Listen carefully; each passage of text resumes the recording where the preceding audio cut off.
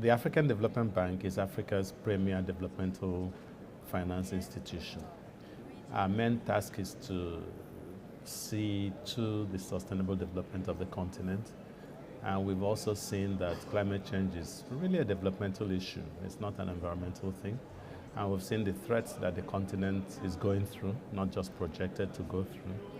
And we've also seen how the modest gains that the continent is making in terms of sustainable development, in terms of meeting the MDGs, are being gradually eroded because of climate change. So we're here to lend a voice to the process, support the African negotiators basically to strengthen their capacities in terms of providing them with technical documentation and also showcasing the things that Africa does to help address the issues of climate change, and also show how we can take advantage of the situation to grow green economies, and low carbon, and implement low carbon development. I mean, we've had several people, representatives from different countries in Africa, here, Mozambique, Angola, Ghana, all saying much the same, that they don't feel their voice is heard loudly enough at COP18, as individual countries, as Africa, as a whole continent. I mean, do you think that's the case? Is that changing? Is Africa, as you say, suffering the worst effects of climate change? Is the voice loud enough? The voice is getting quite loud.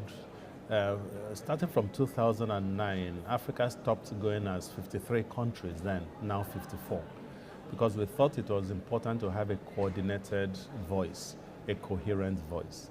And the African Development Bank has been very instrumental in bringing that to pass, because we saw there was really no gain in having 54 small little countries, talking sometimes at cross purpose.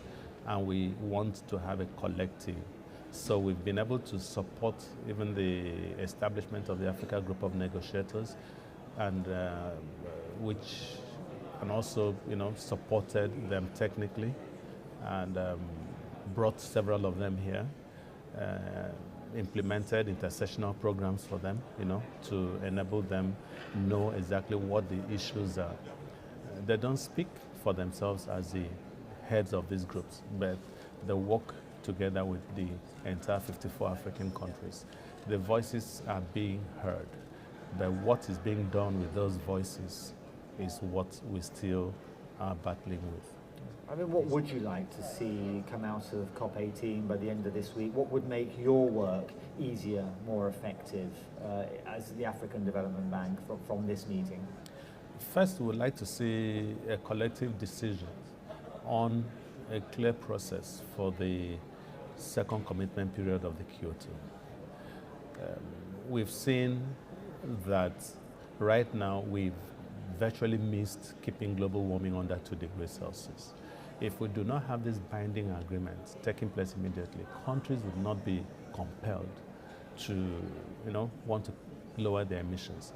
So the tendency is we may find some runaway climate change happening. And when this happens, Africa, is the most impacted. So I want to see that second commitment period agreed upon. And I want to see progress on the sourcing of finance between now and 2020. We had the Fast Start finance that ends December this year. Then we have the long-term finance that starts from 2020. But in between, people are silent on it. And while people are silent, things are happening. We are battling with floods in Nigeria. We're battling with famine in the Horn of Africa. There's a lot that needs to be done. And so once we can have those two clear decisions, one, that Kyoto will be extended for a second commitment period, and the major emitters will be signatories to it. And secondly, that there is a decision on how to raise money to keep the process going between now and 2020. I think to me that would be a very successful COP18.